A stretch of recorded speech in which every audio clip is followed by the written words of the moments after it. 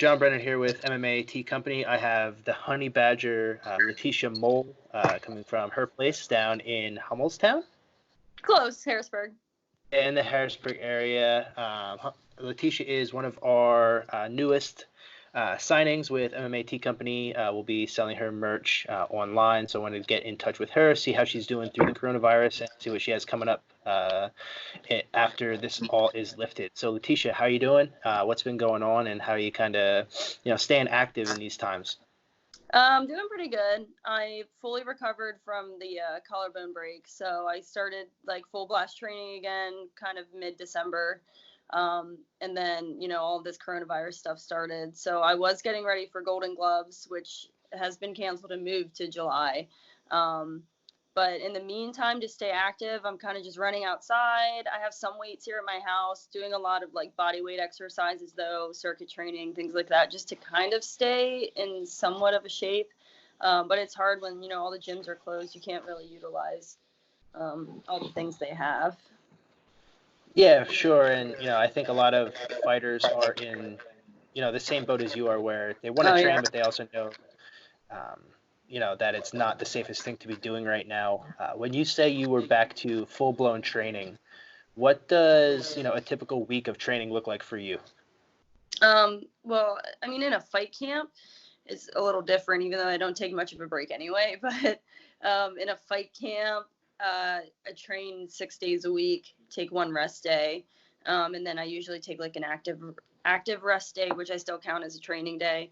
But I work a full-time job now, so I go to work. I go, drive down to Gracie, do either the striking class or the jiu-jitsu class, and then hopefully after, once everyone gets into a camp, we'll start doing the MMA class after that. And then I do the strength and conditioning kind of on my own when I have time. Either after training, or if I get up early enough in the morning to do it, I will do it also. So it turns out to be training once or twice a day, 6 days a week for a fight camp. Cool. And you said, you're doing your strength and conditioning as well. What are you doing in terms of strength and conditioning days of the week, and then, kind of what your workouts look like on that? So I usually try to do strength and conditioning 5 days a week, to not overtrain myself. It kind of just depends how I feel. If I feel like I'm overtraining, I'll cut it back. But we do I work with Claudie Kenyon, who is Fit Forever 365. So he specializes in training athletes. So we'll do a lot of track work or speed drills, explosion drills, circuit training, HIIT cardio, things like that. And then on top of that, you have, your sparring rounds and things like that to add to cardio. Gotcha. And then you mentioned earlier that you're coming back from that collarbone injury, and you were, back to training pretty regularly coming December. Would you say that the actual physical injury held you back farther, or was it more of a mental thing after you were cleared to really trust it? I don't think the injury itself really held me back. I mean, it was weird at first because, I hadn't used my arm for almost 2 months, and you have to trust that, the metal in there isn't going to rip out. But, once I threw a punch and I realized, it wasn't going to shatter, the mental came right back with it. So at first I was a little hesitant, but, as soon as I threw a punch or someone landed on me and I realized it was okay, it kind of just like went away right away. Like I'm not even scared of re-injuring it.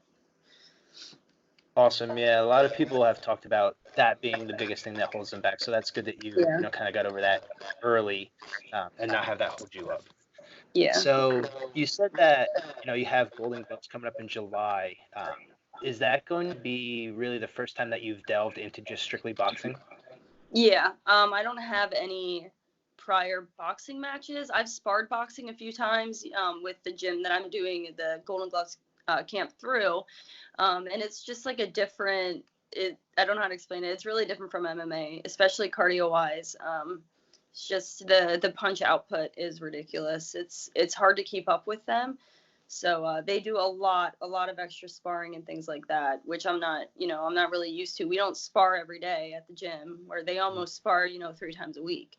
So, yeah, it's the first time I'm kind of diving into it, but I'm really excited to see how it turns out. Awesome. And you said about, them sparring 3 days a week. Now, the intensity that you're sparring at, what would you gauge that at? It depends, like, kind of like who you're going with. You know, sometimes they put me with some of the newer girls just to work with them. So obviously that's just more of like me moving. The other day they threw me in there with a younger kid who's been doing it for a very, very long time. He has 30 plus fights as an amateur, and he's like one of the best in the nation. And like that was that was hard work for me. So I'd say a hard spar at least once a week. The other two might just kind of be like a movement or just to like practice new combos and things like that.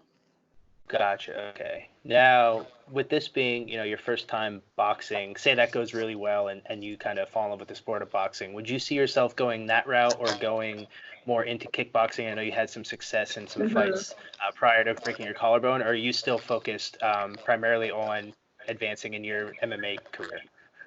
It's hard to say, honestly. I'm definitely focused.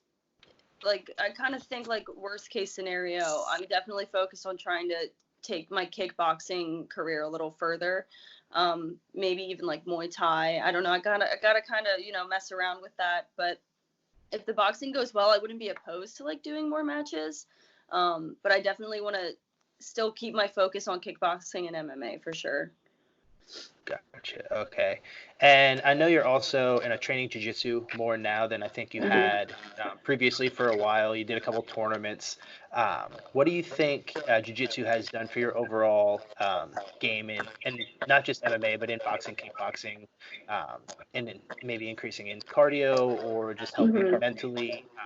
That side of your game, how do you think jiu-jitsu has helped? I think it's helped in all aspects, honestly. I mean, definitely mentally. I came from a place where like they didn't teach me jujitsu for my first, for my first 4 amateur MMA fights. I didn't even know what jujitsu was. I didn't know what an armbar was. I didn't know anything. So having that knowledge now, I definitely, have like a little more mental confidence towards it, especially towards my ground game. And definitely physically, of course, like the cardio is insane. It requires a lot of just like natural, like you can lift weights all you want, but if you don't know the technique, if you don't know the right movement, you're going to get crushed. So it definitely has helped my game in that aspect. Mentally, I'd say mentally it's helped the most though. Awesome.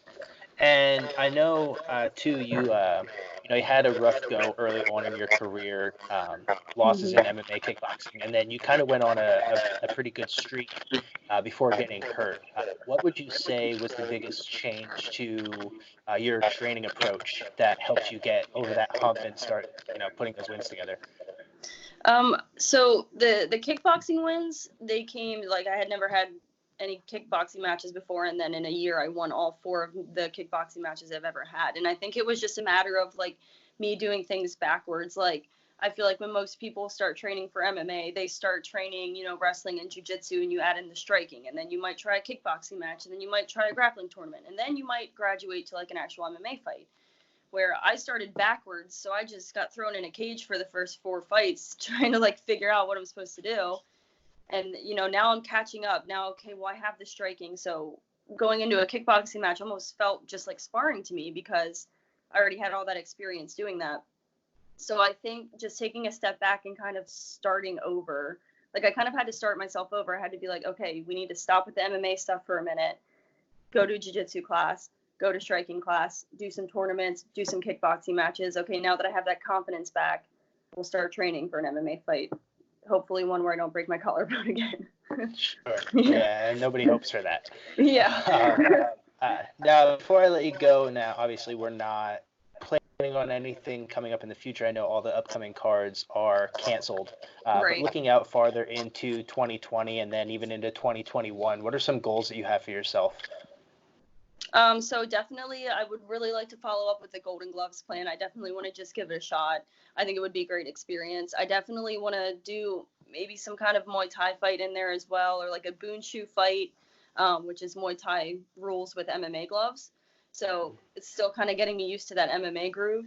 I would really, really like to try that. And then definitely I want to get, on a MMA card as soon as possible. I think I still feel ready. I'm going to switch weight classes and see if that kind of helps me mentally. I'm going to go up a weight class. And then hopefully, maybe 2021, I'd say by the end of 2021, if I have everything go as I have planned and I have set, I'd like to go pro before 2022. Awesome. Uh, well, that's all I got for today. We wish you all the luck from MMAT Company. Anything else you want to add before we go? No, I'm just like super excited to work with you guys. I'm so happy that my shirts are finally accessible at any time, so I don't have to put bulk orders in anymore, and they're also like reasonably priced. So I think people are really gonna love this. Awesome, Lateesha. Take care, and we'll see you soon. All right, thank you, John.